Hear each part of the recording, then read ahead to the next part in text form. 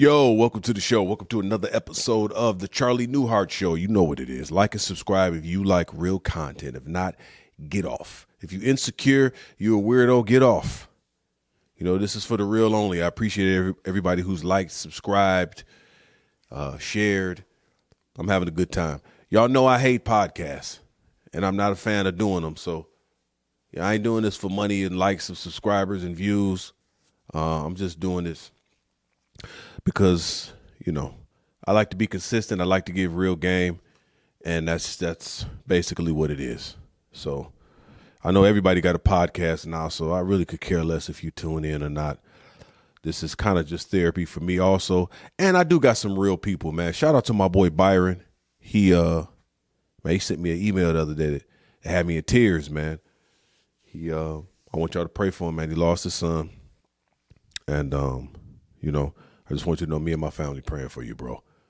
You know, it's real. This is all real. But I'm gonna get into these jokes. We're going to lighten the mood up a little bit. You know what I'm saying? Do y'all remember saying stuff like, when you're riding in your Chevy and your pants are getting heavy, diarrhea, diarrhea. I said that the other day. I also am a firm believer that women with hyphenated last names are married to bisexual men. That's what I believe. I feel that the reason that she won't submit to you fully is because you're only interested in her half the time. I mean, I wish a woman would tell me if she get married to me that her last name was going to be hyphenated. Man, get out of here. You taking my last name. I feel like buying electric cars is the same as saying, buying an electric car is the same thing as saying, but most of my friends are black. Come on, man.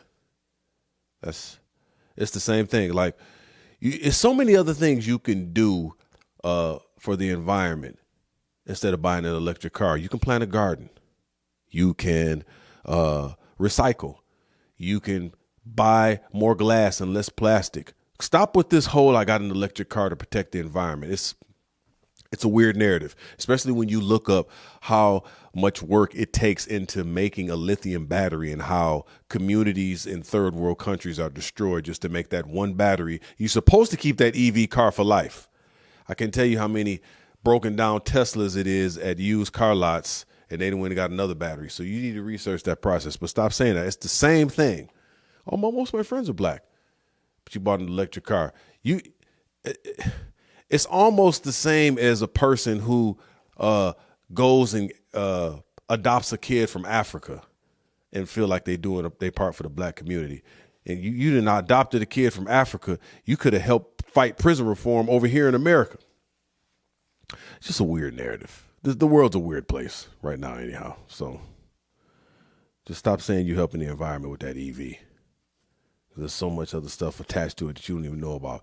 Believing everything you watch on TV. Here's another thing that I don't understand. Why is it Braille on drive-up ATMs? I was at the ATM the other day and I was looking at, there are buttons on the drive-up ATM for blind people. So, I mean, I guess one argument is the blind person could walk up to the drive-up ATM, but this is a drive-up ATM with Braille. I need to do a sketch with the blind rapper on that at the drive-up ATM. I was also thinking about doing a sketch with the blind rapper. I got this character called the blind rapper. His name is See No Evil. And a couple sketches on YouTube. If you haven't checked it out, check it out. I put it on my platforms. It's a kind of a wild concept. But I was thinking that what if the blind rapper is the rapper you got to check in with when you want to do a concert in his hood? You know what I'm saying? But I was thinking about Sandy Womack, my other character, is a neo soul singer, and he don't have to check in with rappers. Because I heard, what sparked it is I heard Charleston White talking about how rappers have to check in with other rappers, but when Taylor Swift fly into LA or fly into Miami, she don't have to check in with gangster rappers. Check in with the rappers. Why neo soul and singers don't have to check in? I don't know. I wonder if do comedians have to check in? I ain't never had to check in nowhere. I'm gonna do what I want, but I feel like some Hollywood needs to check in. You know, when they do certain shows about certain cities. That's why BMF is one of my favorite shows, because he got people from Detroit in the show. Southwest T is a consultant. BMF, Big Meech's mama is a consultant on the show. And also Big Meech is chiming in regularly like, I wouldn't have done that. Maybe you should change that. Like, you got the people that were in it actively involved. That's why I kind of frowned upon Snowfall, because they took the real Freeway Rick Ross story, made a TV show about his life, and ain't involved him and ain't gave him no credit. I don't feel like they checked in. So I feel like Hollywood should check in. I love what BMF did.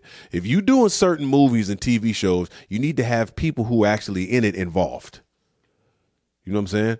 I know when they did American Gangster, I'm pretty sure Frank Lucas was involved and a lot of the original people.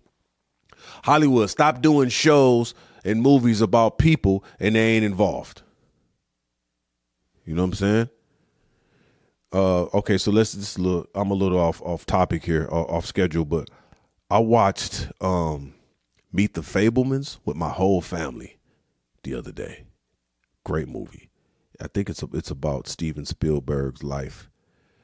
He waited 60 years to tell his story. It's a great movie. It's a movie you can watch with your whole family and nothing weird's about to happen. Like, it ain't nothing worse than seeing you sitting down with your family and it's a great movie, and then all of a sudden it's a dude bent over getting hit by another dude in the middle of a shower scene, like Green Book. I'm so glad I didn't sit down and watch Green Book with my family. They showed oh boy, the black dude is this African, like an African king or prince with all of this pride and glory. And then halfway through the movie, they tore him down. He in the shower with another dude. And I was like, come on, man. This is one of the reasons that YouTube been shadow banning me, because I just keep it 100. I told y'all I ain't doing it for likes and subscribers and views. So that's why coming up soon, I got some dope stuff coming up soon. I'm gonna do one live a week here on YouTube, and then there's gonna be another pre-record. 15 minutes of it is gonna be here on YouTube, and the rest of the time is gonna be on Rumble. You're gonna have to go to Rumble and my website to get this real content, because for like 3 months, I was getting 2, 3, 4, 5,000 subscribers. I had like 6 or 7 videos and went viral. It was moving so fast. And then all of a sudden, on my podcast, I may or may not have said something they didn't agree with. And then all of a sudden, it went down to like 20 subs in 1 month. I was like, oh, okay, I see how y'all do. If you don't speak something against, if you speak against a certain narrative on social platforms, then they punish you. It's kind of weird, but I mean, look, I'm a black dude. I'm used to getting discriminated against my entire life. I still get afraid when the cops is behind me with their sirens on. So what a social media channel gonna do to me ain't gonna bother me. But it's weird, because I don't know. Like right now, I'll give you an example. Okay, so I'm an actor, and I stepped away from acting for like 3 years during the whole pandemic, because they was trying to tell me that if I didn't take the jab, that they wasn't gonna make me available for auditions. That's basically what my manager told me, and that's what he did. He stopped submitting me for auditions because I refused to take the jab. So we parted ways, and I got a CDL license and hopped on the truck. Blah blah blah. You know my story. But gratefully, man, it's just some dope stuff coming. You know, I stood my ground. I stuck to my morals. You know what I'm saying? I didn't get a fake card. I didn't get a fake jab card. I didn't take the jab. I didn't do none of that. And now I got a really dope agent. And I said I wasn't never going to get into acting or entertainment ever again. But, you know, I got a really dope agent now that ain't on me about whether I take the jab or not. And they submit me for projects. I done had like 10 auditions in the last 2 weeks. And I'm just super grateful for what's coming, man. Big stuff coming. I ain't talking too much about it now, but big stuff coming. I'm back auditioning now. I got a really dope agent that ain't, you know, discriminating against me because I chose not to take the jab. And really, to me, that's what it is. It's discrimination. If you're trying to keep me from an opportunity because of a health choice, that's discrimination. But we as black folks, we used to discrimination our entire life. That ain't going to faze me. I just take a step back, get a CDL license, go get some money. And then when God opens up a door for me and people realize that, you know, that stuff that they doing was stupid, then I'm back in the game. So guess what? I'm back in the game now. I done had some dope auditions in the last week. And of course, now I got to relearn managing rejection because you know the acting game. You can send out 50 auditions until you book one. But guess what? When that one happens, it could be a game changer. Shout out Optima Tax Relief. I appreciate y'all. So that was my little rant. What else I got on here? Hey, remember to stay away from artificial raspberry. Okay, if you're looking at the ingredients and it says artificial raspberry, just know that there's a strong possibility that that artificial raspberry was acquired from the butthole of a beaver. Yeah, you need to look that up, man. You eating beaver booty hole when you eat artificial raspberry. And artificial vanilla is even worse. Artificial vanilla comes from the urine of a beaver. And I'm trying to figure out who was on the research team. How was this even discovered? It was some freaky dude who had an infatuation with beavers. Like, man, you know what? I'm pretty sure I can extract some really quality stuff from this beaver booty hole, man. Let me get in there. Yeah, get in there. Yeah. Get this urine, this beaver pee. See what's happening. Oh, vanilla extract. Fake vanilla. So fake vanilla, fake raspberry, beaver booty hole and pee. Just keep that in your back pocket, man. You need to turn that label around and see what's popping. But if that's your thing, you know, maybe you got a thing for beaver booty hole, man. I'm not mad at you. What else is going on, man? This is 100. I had a 30-year addiction to pornography. 45 years old. From 92 to 2022. I'm talking about just last year. God completely healed me and freed me from this addiction to pornography. And man, you talking about a 30-year battle. I can remember trying to watch porn back in the day through the squiggly lines, just hearing the noise, and seeing some dude pumping. You know what I'm saying? Back in the 90s, when it was Barden Cablevision in Romulus. Barden Cablevision, what was his name? John Barden owned a bunch of cable stuff that he owned the cable company, but he got the plug, I think, through Coleman Young. Barden Cablevision got bought out by Comcast. But Barden Cablevision, trying to watch porn through the squiggly lines. I remember beating off before I could squirt. It was nothing coming out. That's how long I've been in the game, the beat off. I've been in the beat off game. For a good 30 ball. Addicted to porn. And of course, you know, it's a generational iniquity, man. It's been on my bloodline for years. I remember going through, we was cleaning out my great granddad's house on Wayne Road in Romulus, where the airport is, where you got to fly in to go to Detroit. That's where Romulus is 20 miles from Detroit. That's where I'm from. I can remember cleaning out the house and finding old magazines from like the 50s and 60s with the Power Bush and the naked chicks. Like, oh, this been on the bloodline for years. A lot of times you fighting something on yourself that's been on your family for years and you wondering why it's so tough. Like, look, it took me 30 years and I can't even give myself credit that I'm free now. It was the power of the blood of Jesus. It was prayer. It was restricting myself. Y'all know I got a flip phone. I can never have a smartphone. I can't handle it. I got a flip phone. I got people helping me with my accounts, my social accounts. You know, when I'm watching the movie, like I love BMF. I love the show. But when sex scenes come up, the Bible says to guard your heart with all diligence because out of it flow the issues of life. I got to cover up. I can't, there's certain imagery I can't intake. I can't listen to, like I got rap songs, because I got an MP3 player when I go to the gym. I got rap songs on the MP3 player and I had to take the cussing out. My spirit's so sensitive that I have to guard my heart 100%. But I'm talking about, it took 30 years of prayer. And I can remember being upset, mad at myself that, damn, I done watched some porn again, man. I got 6 crusty socks on the ground that I done shot seed in. And, years and years, you're socially awkward. I got all of these stats about porn, but 30 years I was addicted to pornography. And God has finally healed me, man, because some things come out through prayer and fasting. Being accountable. I got accountability brothers that call me. We talk to each other. And, you know, when you addicted to porn, then it's like you attract certain energy. And, I mean, I'm out Can't even go down the Waffle aisle without seeing some stretch pants. Like, oh, what's going on? And then I'm on approach like, well, what's the deal? 30 years. 30 years, God has healed me. And if he healed me, he can heal you too. Because porn is an issue. It destroys families. You know what I'm saying? And I'm not trying to judge nobody. I've been in it. You know, I've had several failed marriages because of several failed relationships because of addiction to pornography. I've watched my kids have issues with it. I've just watched certain things happen in my life. And actually what it is instability. When you got issues with pornography, you have an issue with instability, poor time management. I'm going to just read the facts to you. What I got on here? Trying to get VHS tapes.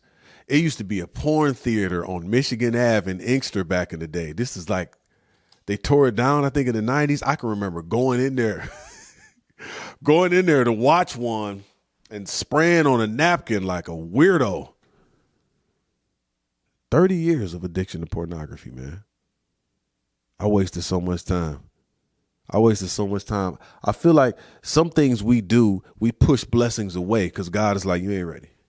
I'd have been so close. I can't tell you how many TV shows I've auditioned for, how many movies, how many commercials I've auditioned for. And I'm like right there, like, Charlie, it's between you and such and such.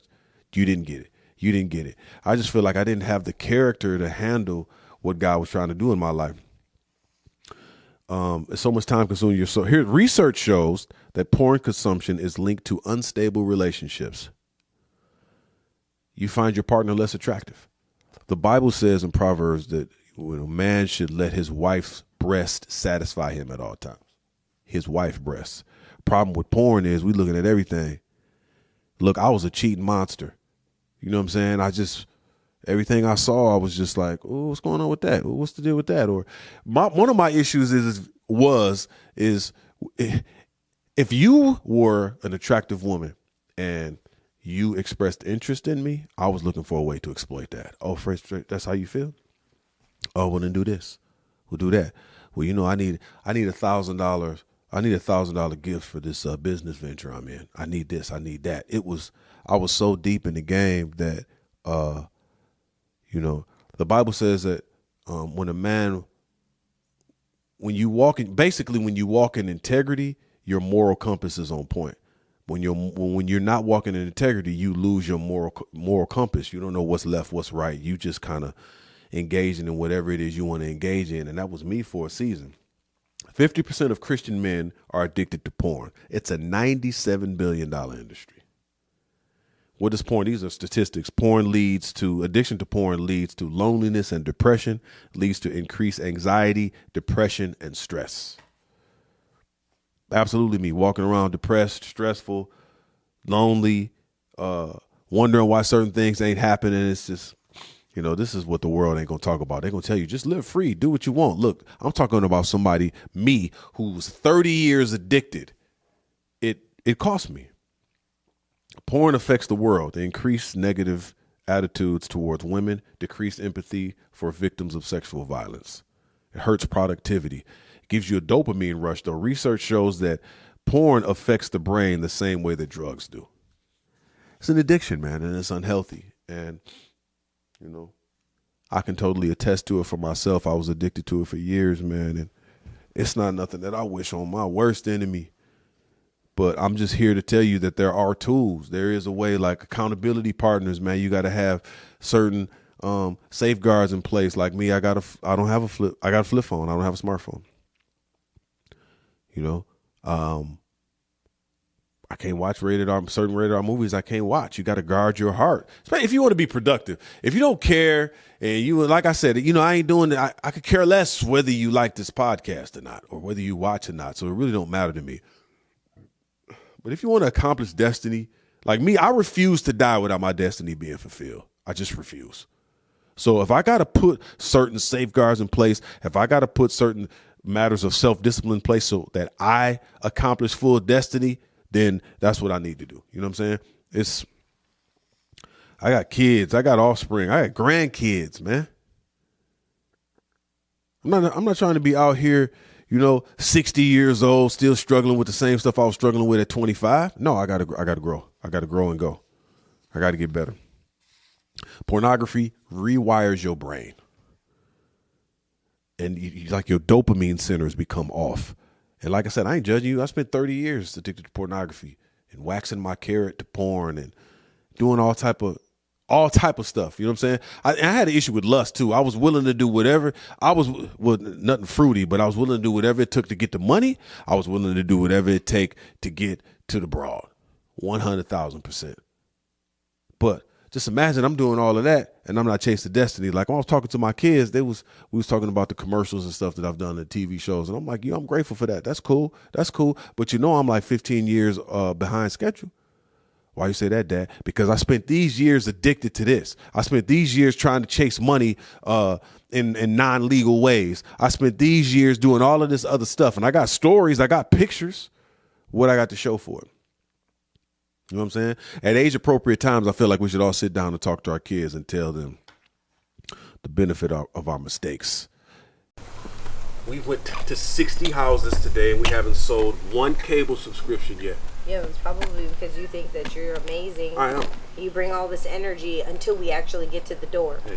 And then you're like, Oh, really? That's what it is? I don't know. I can't do anything. My good looks and my charisma has been getting us in the house. We just haven't been able to close the deal. You haven't even gotten us in our house. We've been standing around with our thumbs up our butts. Speaking of that sexual harassment video that made us watch, that was crazy, right? Hilarious. About the girl who attacked the guy. Are you trying to sit here and make a joke about the party? It was a one-time thing, dude. I don't want to have sex with you. No. Hey, speaking of that, what if we get to the next house and 2 naked midgets answer the door? Wouldn't that be hot? Oh. Yeah. What do you say? You watch a lot of porn, man. I do. I think you need to cut it out. What if the next house we get to, the guy answers the door, wants us to have an orgy with him and his wife while we all watch Golden Girls? Yeah, what if he wants to do this to you? Okay, no. Yeah. Maybe you. Exactly. No. Let's go to this house. I'm like, the woman is never really the one who does that. It's like the guy who does it. I don't know. Maybe. Harassment, yeah. We're gonna sell 10 boxes at this house. This was the house. Well, hi there. Where your clothes at, man? Oh, I'm sorry. I'm intermittent fasting from clothes. I saw it on Terry Cruz's TikTok This page. is your deal, dude. This is your. We're here to sell cable, man. Can you go put some clothes on? Oh, I'm sorry about that. Listen, forget the cable. You are a big, giant Tootsie Roll of a man. How about you come in here for $500? Come in here. No, That's man. it? You're gonna sit here? That's your offer? No, I'm gonna get one out of here. No. Listen. He's obviously got something to sell us. 5 G's to watch Golden Girls with me and my wife. Huh? Just watch the Golden Girls, that's it? And have an orgy. No, I'm out. No, come on. I'm out of here. Listen. 10 grand. 10 grand. 10 grand. You've been talking about that shit all day about all that other stuff. You can see her. 10 grand. 10 grand. That's what I'm talking about. Let's go.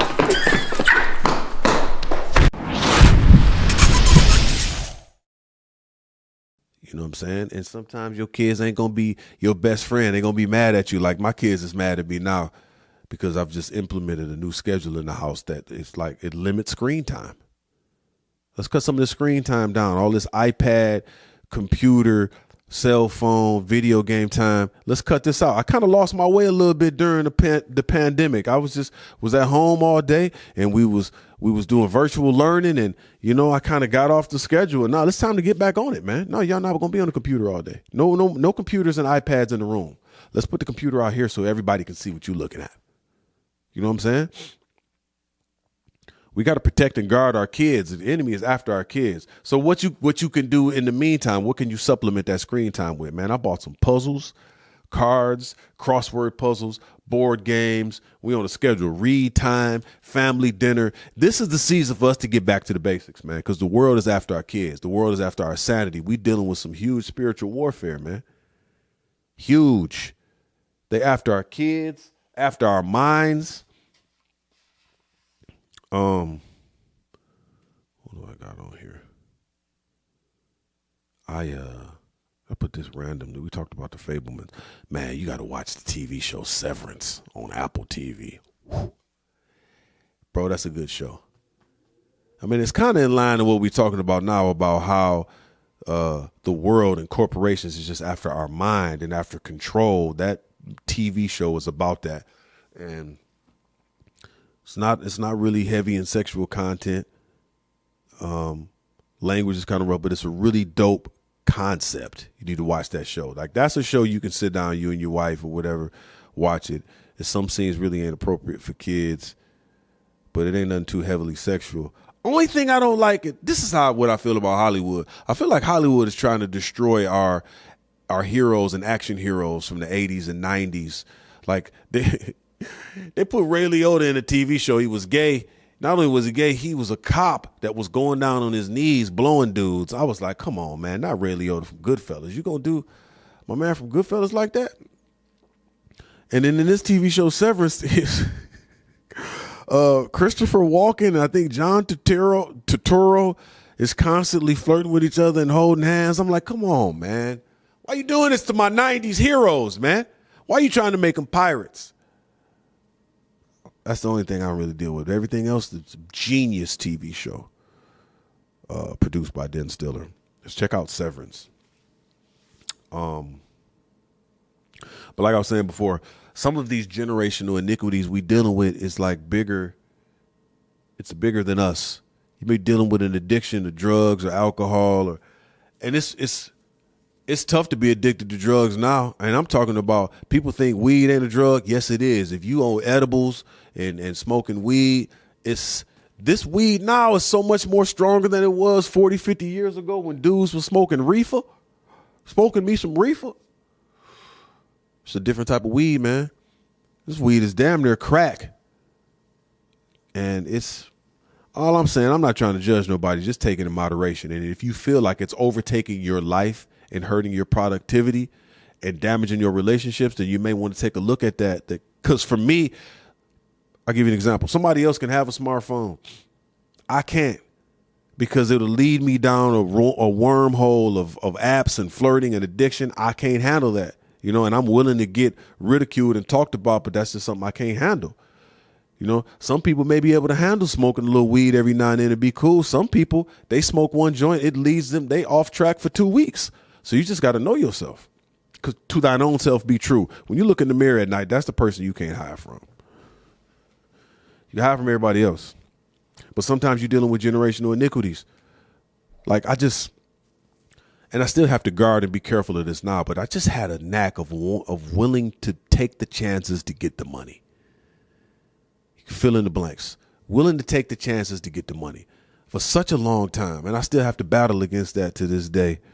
But man, my cousin Denise, she's doing extensive research on our family. And I seen all these pictures of my granddad, and all the pictures, dude is just looking like a straight gangster, zoot suit, the whole nine. But I never really got a lot of history on his life. I just knew him as a very loving granddad who used to always let us ride his tractor over in Romulus. He loved us unconditionally. And I could feel it every time we went to see him. And so basically, I was getting the history on him that he had a bunch of siblings. And I just said his mom was a prostitute in Mississippi. And she got murdered, but she had like 5 or 6 kids.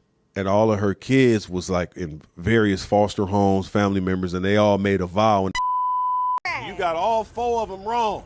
Every last one of them, I got to get you. You built like a stay-at-home dad. And you is a stay-at-home dad. Look at your head. Look at your head. Quick little commercial break. But like I was saying, so my grandfather's mother was a prostitute. And she was murdered in Mississippi. This is how the story goes.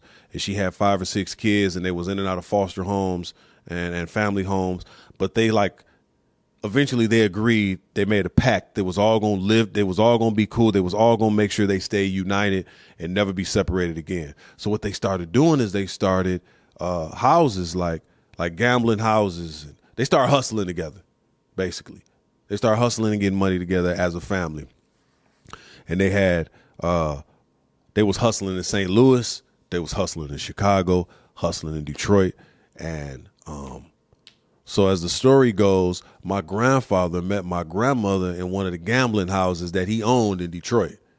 She was there as a getaway, and she was a single mom raising 2 kids. She was divorced, and he was in there, doing his thing. He saw her, and basically they got cool. They got married, but they stayed in Detroit because my granddad was still hustling. And, he was running his houses in Detroit and Chicago and St. Louis, and, they was living in Detroit. So apparently when he went to one of his houses in Detroit to pick up some money, somebody robbed him and stabbed him. And my granny was like, look, we gotta get out of this life. And I think like the next month they moved out of their house in Detroit, moved to Romulus. My granddad stopped hustling, got a job at Chrysler. So when I heard that story, it all made sense. Like, oh, that's what's on the bloodline. That's why I've had like any opportunity. I ain't gonna sit there and run the whole resume down, but any opportunity to get some money, I was like, well, let's do it. But it cost me. It definitely cost me. You know what I'm saying? I bought my first house. I was 22 years old, hustling. Man, all type of weird stuff happened at that house. That's the house I told y'all that somebody threw a man in a garbage bag in front of my house. They was breaking in the house. Man, I was doing all type of stuff. And all type of weird stuff was happening. But the lifestyle that I was in at the time was attracting some of those things. But I mean, it's on the bloodline. So I'm just trying to encourage you that some of the stuff you're dealing with is on the bloodline. You know what I'm saying? It's bigger than you. That's kind of why it pays to research your family history. Like you learn a lot about history. That's like what's going on with the United States right now. I feel like the United States is lost. This is we becoming a strange country with some of the beliefs, some of the things we're allowing people to do. If I say all of it, I'll get shadow banned again, but you know what it is. You know what I'm saying? But America has never been a Christian country. People think, well, America was a Christian country. No, it was a democratic country with majority of Christians in it. If it was a Christian country, it never would have allowed slavery. So let's just be 100. America did have morals and rules and a different set of code of ethics back then that we don't really have now. They did their best to try to live by the Bible. At least they was going to church every Sunday, trying to. And I just feel like, you even look on the money, it says in God we trust. So we had a level of reverence and respect for the Lord, but it wasn't really all the way there because we wouldn't have allowed slavery. But the way we believe now, it's a spiritual warfare, man. And that fight ain't against flesh and blood. We in a weird situation right now, man. It's lust and greed. I wrote down here, lust and greed is taking over. Inflation. America's largest egg producer saw a 600% jump in profits last quarter.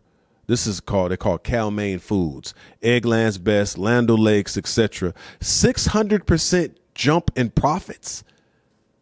So then when they start researching Cal-Maine, they basically taking advantage of the inflation, price gouging, talking about it's the flu, it's this, it's eggs dying. No, y'all jumping up prices, man. I shouldn't have to pay damn near $10 for some eggs, man. It's ridiculous. But what's happening in the world is lust, greed, the enemy getting wilder. Like I'm watching the devil just wild out even more. This is spiritual warfare at its best. And it's an attack on the middle class. I just want to be a world changer. You know, I want to be a world changer. I watched my dad. I remember when we was growing up. We grew up in Romulus, and there was no rec centers in Romulus. There wasn't nowhere for us to go and go play basketball, nothing like that. There was no activities for us growing up. So I remember my dad, every Thursday, he would rent out a school, either Merriman Elementary, Hell Creek, or Bar. He would rent out some of the elementary schools in Romulus every Thursday, and he would do a Bible study. He'd invite all the young men from the neighborhood because he knew we ain't had nothing to do. And he basically would do 30 minutes of Bible study. He had the gym for like 2.5 hours. But the first 30 minutes, you had to be there for Bible study in order to hoop for the last 2 hours. So it started maybe like 6. It was like 6 to 8:30, something like that. So you had to be there on time at 6 and be a part of the Bible study. If you weren't a part of the Bible study, he wouldn't let you in.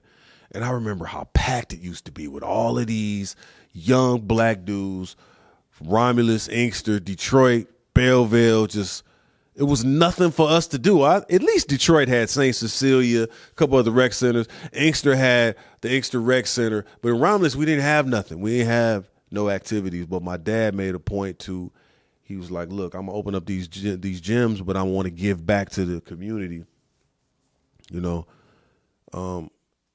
And that's why I kind of I hate the Black Lives Matter movement to a certain degree. It's like, man, a lot of people was just using that hashtag and saying they care about black people. What was you doing? My dad was in the community every Thursday doing a Bible study and then doing back. He wasn't charging nobody nothing. It wasn't no fee. 30 minutes Bible study, 2 hours. I can keep you off the street for 2.5 hours every Thursday because there's nothing for you to do. He did that for years, man. I'll be running into cats because I was young when he started. I was probably about 7 or 8. I'll be running into cats like, man, did your dad used to do this basketball Bible study in Romulus? Like, yeah, man, he changed my life. I'm talking about this is a black man that's still alive. Like, man, your dad changed my life. Man, I still remember some of the stuff that he taught me. That's how you affect your community, man. That's Black Lives Matter. What are you doing? You kneeling when you're supposed to be working? What you doing in your community? Now, don't get me wrong. If you kneeling or doing something when you're supposed to be working, but you also doing stuff in the community, I can kind of understand. But if you ain't doing nothing in your community, bro, you a weirdo, fam. What are you doing? And my dad never sought accolades for it. He never went to the pastor about it. So I think what he did is he did go to his pastor and say, I want to do something with the youth, and they didn't let him. So he was just like, all right, well, I'm not going to be mad at you. I just want to do something in my community, so this is what I'm going to do for years. And he made a difference. What kind of difference you making in your neighborhood? What kind of difference you making online? Like, you can actually get online and give real facts. You know what I'm saying? You could push therapy. It's a narrative against therapy with black men, but I'm not with that. I believe in therapy. I believe in talking to a professional that can help you organize your thoughts. It's helped me tremendously. I was addicted to pornography for 30 years. I've been in therapy for 3 years, prayer, fasting, you know what I'm saying? Writing down in my journal, going to church, being accountable. It took a lot, but now I'm free. So stop preaching against therapy, man. It helped me 100%. Cal-Maine foods, people taking advantage of inflation. This is what I feel. I feel like we dealing with the dumbest consumer in the history of all time. The dumbest. What people are paying for stuff right now is unreal. I refuse. I absolutely refuse because there's still deals to be had. People are buying out of fear. They feel like they run it. They want this will be the last one. So I got to get it. The Bible says a faithful man would abound with blessings. God will supply all my needs according to his riches and glory. All my need, everything is going to be there. And I'm not afraid of nothing. But the way people buying these houses and cars is stupid. House on the market you put your house on the market, it'd be on the market for 3 hours and you got 42 offers. And them 42 offers, and everybody wants to beat out the other person. So they willing to pay $10,000 over sticker, $20,000 over sticker. And that's good for you if you selling. But I'm saying what's happened is we've allowed this current government and the media to push our decisions. And I just refuse. The dumbest consumer. What you willing to pay for stuff? You know, so many deals to be had out here. I bought a Suburban. I bought an 05 Suburban for $1,500. Leather. Oh, moonroof. $1,500, man. I turned on and sold it for $3 Why? Because I know y'all dumb. Because I know y'all will pay it. Because I know I'm dealing with the dumbest consumer in the history of all time. But if you take your time and be patient, you can find the deals. I bought some for $1,500. Them the kind of deals I like. I get a check from a commercial. Whatever it is, 4 bands, 5 bands, 50 bands, whatever it is, I am taking some money and I'm buying me some cars. And I'm make your money back flip, man. Now I'm hustling legally. Shout out to my granddad. Name 3 disciples. Shit. What the f are those? Disciples? Yeah. John? Yep. Okay. She got to give you one. Okay. I like how she's turning her back to the camera. We still see you though. Just so you know, we still see you. Yeah. Open up. Show everybody that beautiful face. John. Is Joshua one? Negative. Okay. Absolute negative. Y'all next. Word. Wow, look at all these people. We're gonna get roasted like Facebook. Bro, I need to find the other fucking two. What's the bad guy? Fucking Ruth? Ruth is a lady. Oh. So we're gonna just go get right into it, okay? Bro, who's Skip the over bad guy? this. The one that like You're asking the wrong person. that like Sorry. that went against Jesus. It was Judas. Okay, I was close. Okay, Ruth, so Judas. where you going? Where you going? Just get in here. Hey guys, come back. Oh, over she here. on the phone? Guys, get over here, because I'm about to cook your We're at friends. the corner. Just come back. Peter. Come back. Peter is You've already one. lost. No, The but moment you has didn't passed. give me a chance. I His had to name, give you one. You his- said Ruth. You said a lady's name. but his name is Yeah, we're gonna go Peter. there. I'm gonna have to get you. Okay. No, but I have got to- 3 though. You just gave me. You helped me with the last one. I'm gonna have to get you. You thought Star 6'9" was a celebrity sex position. That took me a minute. How about you? You got one? What, to roast me? That's rude. She would never do that. Oh. I'm just Let kidding. me hit you with another question. Unless you want to roast me. You want to hit me with one? I don't have a roast. I I'm not don't gonna know lie you. to you with your peanut head shaped ass. There we go. Am I attractive? Yeah. You put me on TV. What'd you say? I said yeah. I am? You alright? I'm How's okay? that roasting Yeah. you? You look like you got a butt plug in right now. I look like I have a butt plug in. Oh, come on. Go see Natasha. She gonna hook y'all up.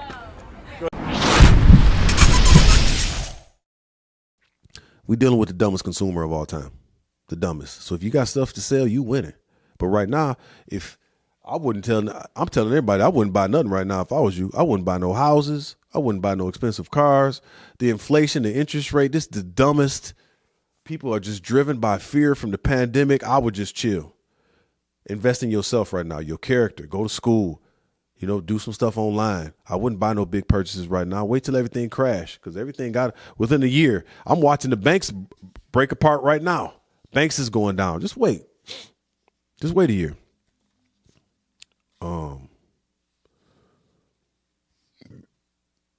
The world is wicked. It is. We dealing with some weirdness, but I like when realness rises. Y'all see the president in El Salvador? Getting rid of the MS-13 and these other, he's waging war on the gangs over in El Salvador, but he's a believer. He was like, look, man, our country was founded on principles of God. We believe in God. We're gonna start going by like this is. He's basically enacting biblical principles in this country as a president, and I'm watching it change. I like what El Salvador is doing. I like El Salvador. I was like, man, look, if I got to leave the United States, I'm looking at other countries that I would go to, because the weirder we get, now I'm looking abroad like, man, what else is going on? You know what I'm saying? So check out, just research. I don't know his name. I didn't write it down, but just research what the president of El Salvador is doing.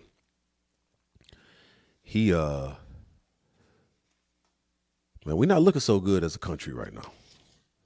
It's got to turn around, but right now it's our time to spend as much time with God as possible. This is the season. What did I write here? Right here. This is the season to spend special time with God. Bible study with family. Get back in church. Don't listen to what hurt people say about not going to church. And a lot of people who preach against church, who preach against God, they are people that mad that God didn't do exactly what they wanted them to do. God is not our puppet. His ways are above our ways. His thoughts is above our thoughts. So what a lot of times we find with people who are against church and who hate God is that God didn't do something that they thought he should do, and now I hate him, and now I hate church. Or they experienced a hurt in church, which has happened, because I've been doing some sketches about it. It's some weird churches out here, some weird pastors. You know what I'm saying? That's why you got to do your research. You got to really pray Ask God, talk to some friends. You should, before you join a church, you should do observation, revelation, recommendation. Observation, go in there and see it, visit a couple times. Revelation, pray about it. Recommendation, talk to some friends about it. But really, you may have to do, come on, man. When you go into the dealership to buy a car, do you walk in and the first salesman you talk to and the first car you see, that's the one you buy? Only if you're an idiot. You take your time. When you go in to buy houses, the first house you see and the first realtor you talk to, that's the one you buy. No, you take your time. When you dating, the first woman you ever go out on a date with, woman or man or whatever, that's the person you end up marrying. No, you take your time. So why would going to church be any different? When you consider in a college, your education, you take your time. Why do people think the first church that they walk into and they spend 2 years at, that was the one they were supposed to be at? And they find out the pastor's stealing money and messing with the women. And it's like, oh, what happened? Did you take your time? Churches ain't perfect, just like everything else. Do your research, but I encourage you to get connected to a church because this is a season where it's time to get back reconnected to church, reconnected to spending time with God, reconnected to family time, reconnected to, family dinner, there's a no electronic rule at the table when we having dinner.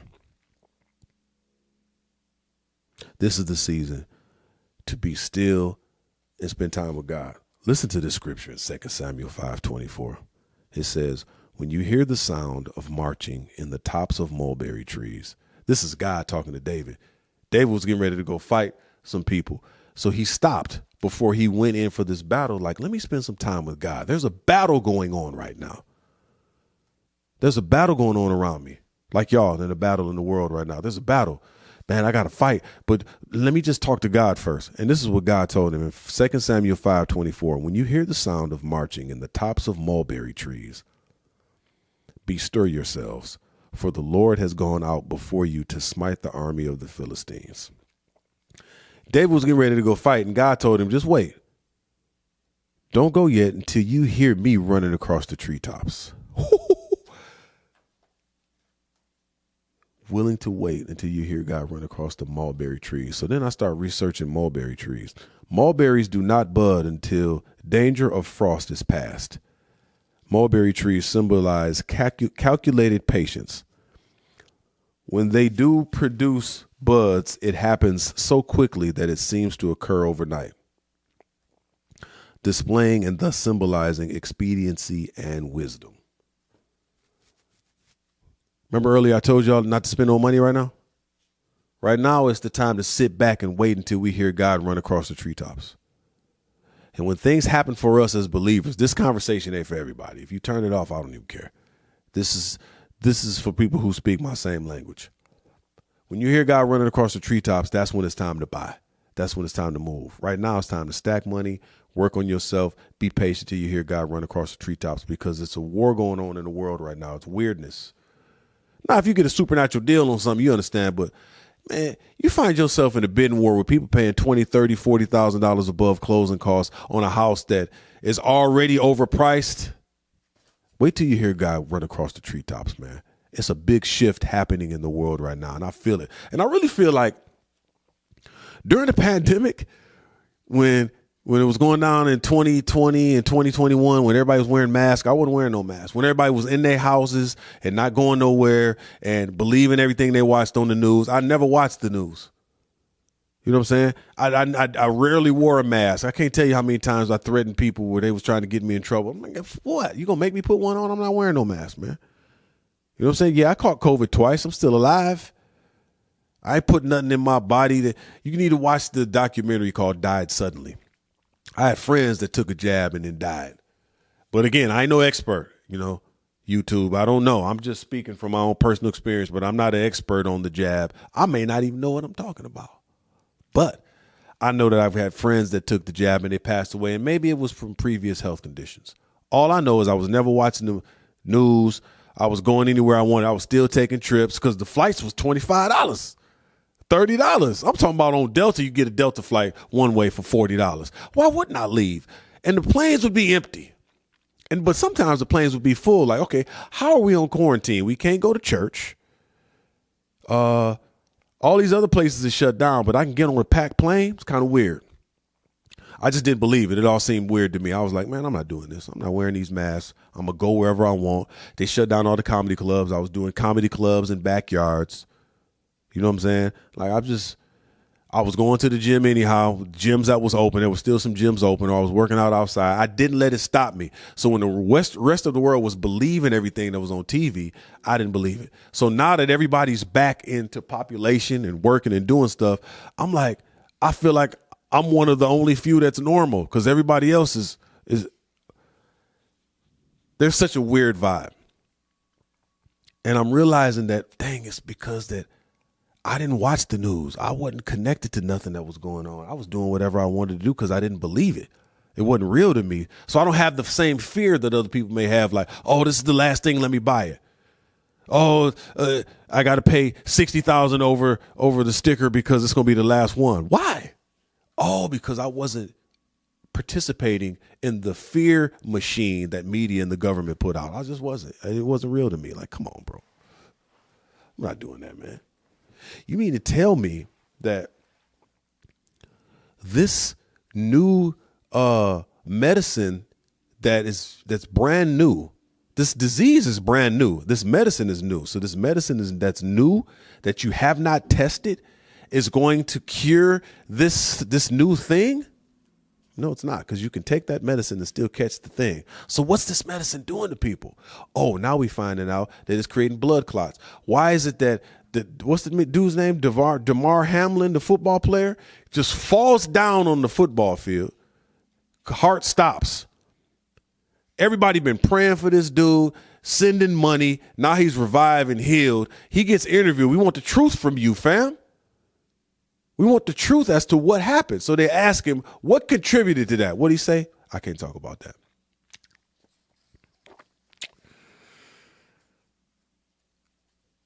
The world don't have the Holy Spirit. It's got a bunch of other spirits, but it don't have the Holy Spirit. So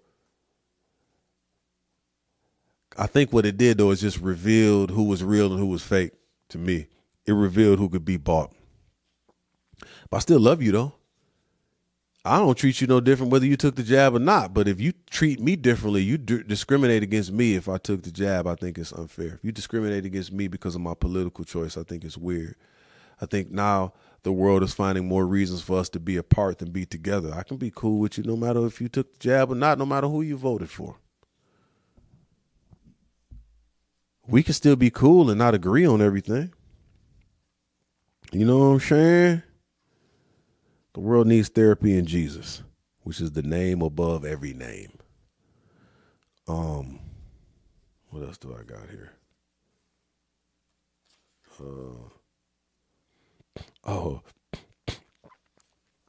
I put up a short about my old pastor who he was an awesome man of God.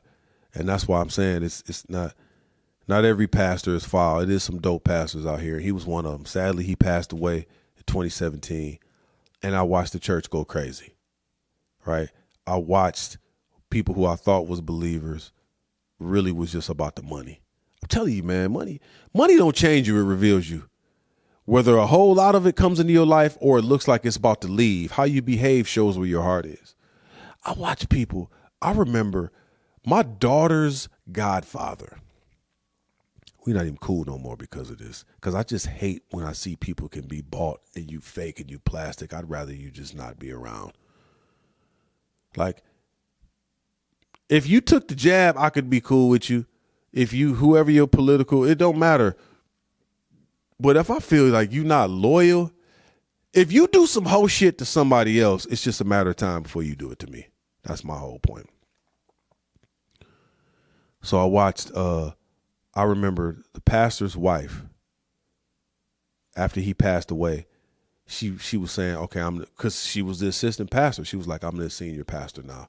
And there was people fighting against it. They didn't want her as the pastor, which I couldn't believe. This woman was a widow. She's mourning the loss of her husband, and she's trying to take over this church. And there's like half the church wanted her, and half the church was saying, we know you're not our pastor. We got to do a vote. We need to do something else. And really what it was about money. So I remember she took the podium one day to preach. And there was this whole thing saying that if she took the podium, they was going to have her arrested, or they was going to do all these things. And my daughter's godfather was on the sound. He was in the sound booth, controlling the microphone, speakers, all of that. She got up on the microphone to speak. And one of the elders, what was his name? Robert Purcell. One of the elders went up to her and said, went up to my daughter, I say his name, Hoy, went up to my daughter's godfather and said, hey, when she gets up to speak, cut the mic off. So when she got up and she started preaching, like 2 minutes in, the mic shut off. And I looked around and everybody was gasping for air. Oh, what happened? Oh, what's going on? And I went back to the sound booth. I was like, bro, what are you doing? Ah, man, Elder Robert Purcell told me to cut the mic off. I said, you listen to him, fam? Like, man, so you don't see her as your pastor is what you're saying. You listen to him. Like, yeah, well, he said to do it. I said, well, then why'd you do it? You didn't have to. You should have told him, man, you come in this booth and do it, but I ain't doing it. If you really unwaveringly loyal, like you say, but he wasn't. He wasn't loyal. He cut the sound off. And they come to find out, this nigga, he cuts the sound off. He's making $150 a month to be the sound guy in this booth. Man, I stopped talking to dude. I was like, man, you weak, bro. You do that to them, you gonna do that to me. Only because, now, if you would have verbally said, hey, man, I'm just not with her. I don't support her. But you acting one way and doing something else for $150? You willing to sell somebody out for $150 a month? That type of stuff will make me stop talking to you. Stop dealing with you. You know what I'm saying? I just can't stand when, I don't know, man. I'm just really cautious. I really watch how people behave. You do some whole shit to somebody else, it's a matter of time before you do it to me. I'm not saying I won't ever talk to you again, but it's a possibility that I'm going to take a step back. Like, how long will it take? So then I approach dude later on. I said, why did you do that, bro? You know what I'm saying? Why did you do this and this and this? And his answers just didn't satisfy me. I was like, you know what, man? I don't think we can be cool no more. I don't like it. When I see people, oh man, there's so much stuff I want to talk about. There's so much stuff I want to say. I've just watched. I can't say it all right now because everything in private don't need to be publicly discussed. But man, the amount of whole shit that I've seen in the entertainment industry, when people get certain opportunities, I try to put everybody on when I get opportunity, man. Everybody.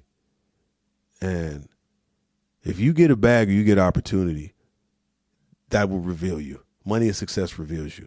And once it reveals you, then I just behave accordingly. Oh, that's who you are. Okay, cool. You gonna cut the sound off? That's who you are? Okay, cool. You listen to people with your eyes. It don't matter what they say. Forget your ears. You listen to people with your eyes and you pray about it. You pray about it. You know what I'm saying? And I'm just really excited now that I'm building strong relationships with people because, like I said before, the pornography will tear your relationships and friendships apart. Grateful to God I'm free from that. So I'm just looking to be around solid individuals from this point on, and I'm grateful that it's happening. You know what I'm saying? I got a new agent now sending me out to some awesome auditions. I'm really grateful. Big stuff coming. Stay tuned. Rumble. I think it's iamcharlienewhart on Rumble. That's coming soon. I'm going to release a 15-minute clip of that pre-record. The rest is going to be on Rumble and on my website. I'm going to get back into doing lives here so we can roast because I know all y'all want to do is roast. And I love it, though. You a social media sensitive lame. You delete all your posts if they don't get a lot of likes. You walk around the locker room naked talking to people about sports. Hey, man, you see that Tigers game? A lot of foul balls, man. A lot of foul balls. You lied about that Taco Bell uniform on the backseat of your car. That ain't mine. You a stupid-looking Democrat. You thought Biden was going to save America. You gonna vote, Charlie? You stare at men in the waffle aisle at Walmart. You wearing a helmet in all your elementary school pictures. Come get little Charlie. Thank you. Thank you very much. I just want to thank all my supporters, all my constituents. Really appreciate you guys. Thank you so much. We got an uphill battle, but together, we're gonna win. All right? What you plan on doing for the black folks in your home state of Michigan, man? Well, first thing we're gonna do is an all-inclusive program. All right? We're gonna include everyone, because all lives matter. All right? I got a specific program dedicated to gays, Asians, everyone in the LGBT community. All right? No one's gonna get left behind. So we're gonna put programs together that service everyone, but we're gonna do it all together as one. Black folks are the only people in that group that have been directly affected by slavery. What's going on with reparations, man? What's up with this inclusive stuff? Okay, all right. I understand. All right, you're very ambitious. I love that about you. Okay, slavery was a long time ago. All right, many years ago. And LBJ and the civil rights movement, a lot of those things were taken care of. Okay, we're in a new day, in a new age. All right, so we're going to concentrate on moving forward in all-inclusive programs. All right. Bro, you need to make the government right the wrongs of slavery, man. They need to apologize. They need reparations. We need prison reform, man. As I said before, there's going to be an all-inclusive package. All right. Man, you a hoe. Somebody get this nigga out of here. All right? Get this nigga out of here before I put hands on him, man. Matter of fact. Yeah, so hit the website, man. iamcharlienewhart.com. You can get the book, comedy special. You know what I'm saying? Roasting in Public in a bundle pack from the website for $22. Yeah, I'm sitting down from comedy for a minute, man. I'm taking a little break, doing a little writing, auditioning.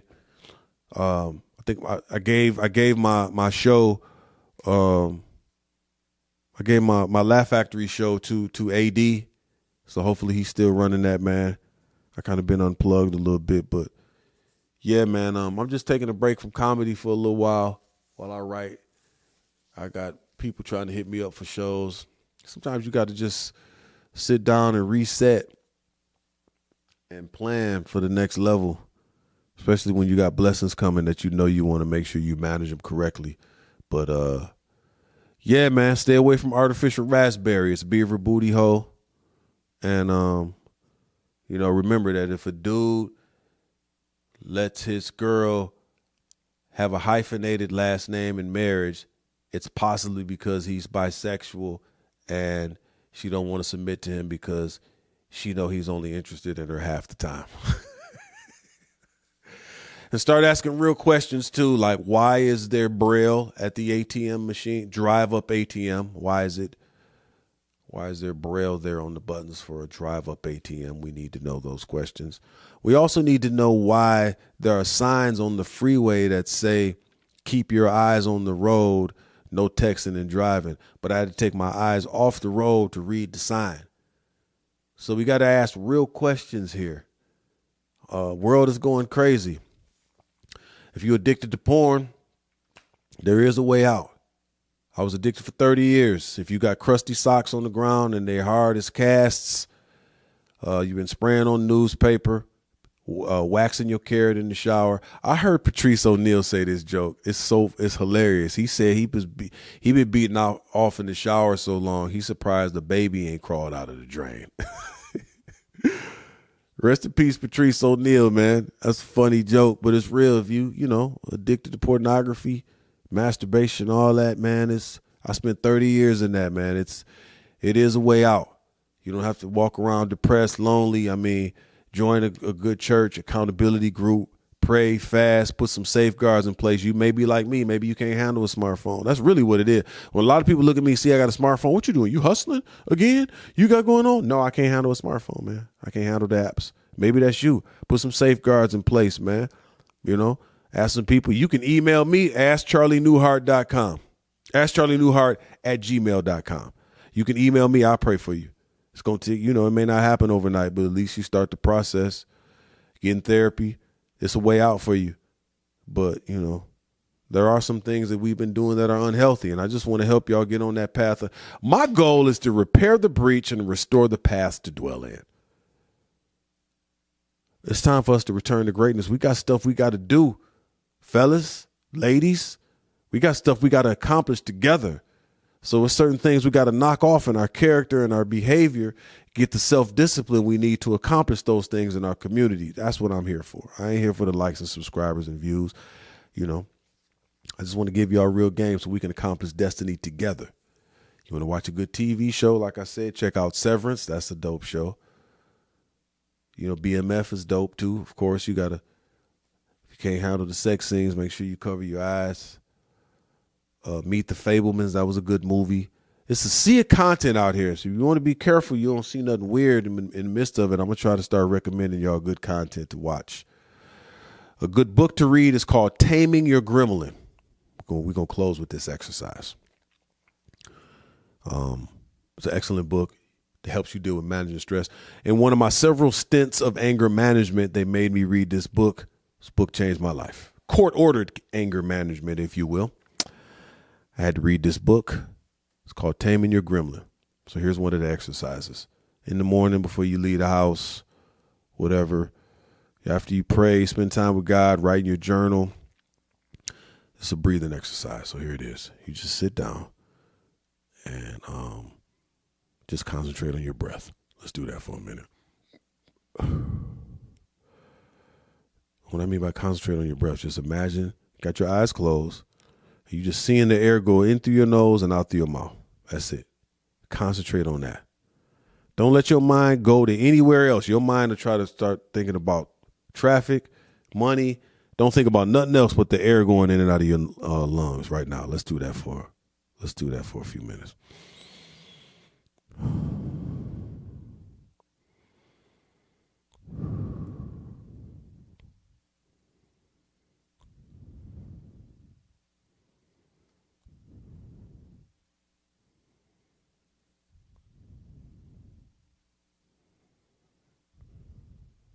And after you do that, start small. Start with 2 minutes, 3 minutes. Eventually go to 10 minutes, just focusing on your breath. This is guided meditation. And after you do that, you take your mind to thinking about, imagine the best future that you'd love to have, best future and present. Just start imagining you walking in it right now. What's that look like for you? Spend a few moments there. Don't let your mind go to nowhere else. Stay on using your imagination for the ideal present and future you would love to have. See yourself walking in it and enjoying it.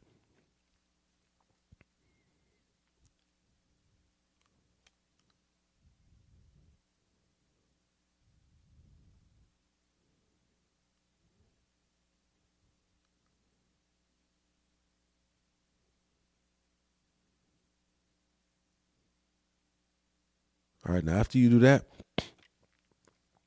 spend some time focused on your eyelids and just say out loud that I'm aware of my eyelids. I'm aware. I see my eyelids. I choose to be aware of my eyelids. Because your life is basically what you choose to give importance to. So you choosing right now to be aware of your eyelids. Just look at them. Choose to be aware of my eyelids. I say it. I choose to be aware of my eyelids.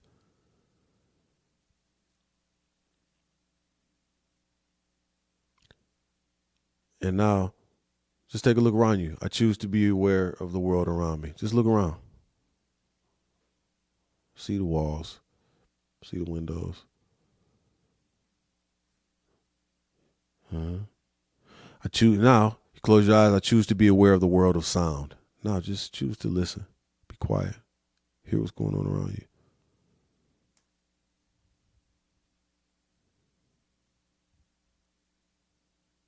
After you spend time there, just say, I choose to be aware of the world of mind. Now, just go into your mind again and think about your day. Not necessarily your future, but just super future, but just today. What do you want to do the rest of the day? Just imagining those things happening. Having peace in traffic.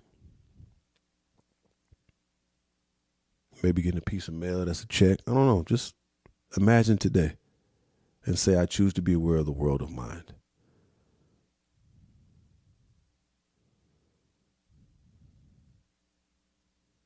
Next, you say, I choose to be aware of my breath. And then you just breathe in and out. Deep breaths. And when you breathe in, I'm taming my gremlin.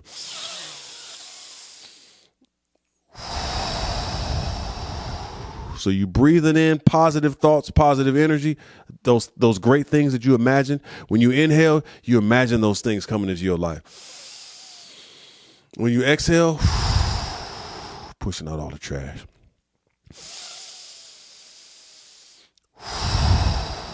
When you exhale, when you inhale, I'm taming my gremlin.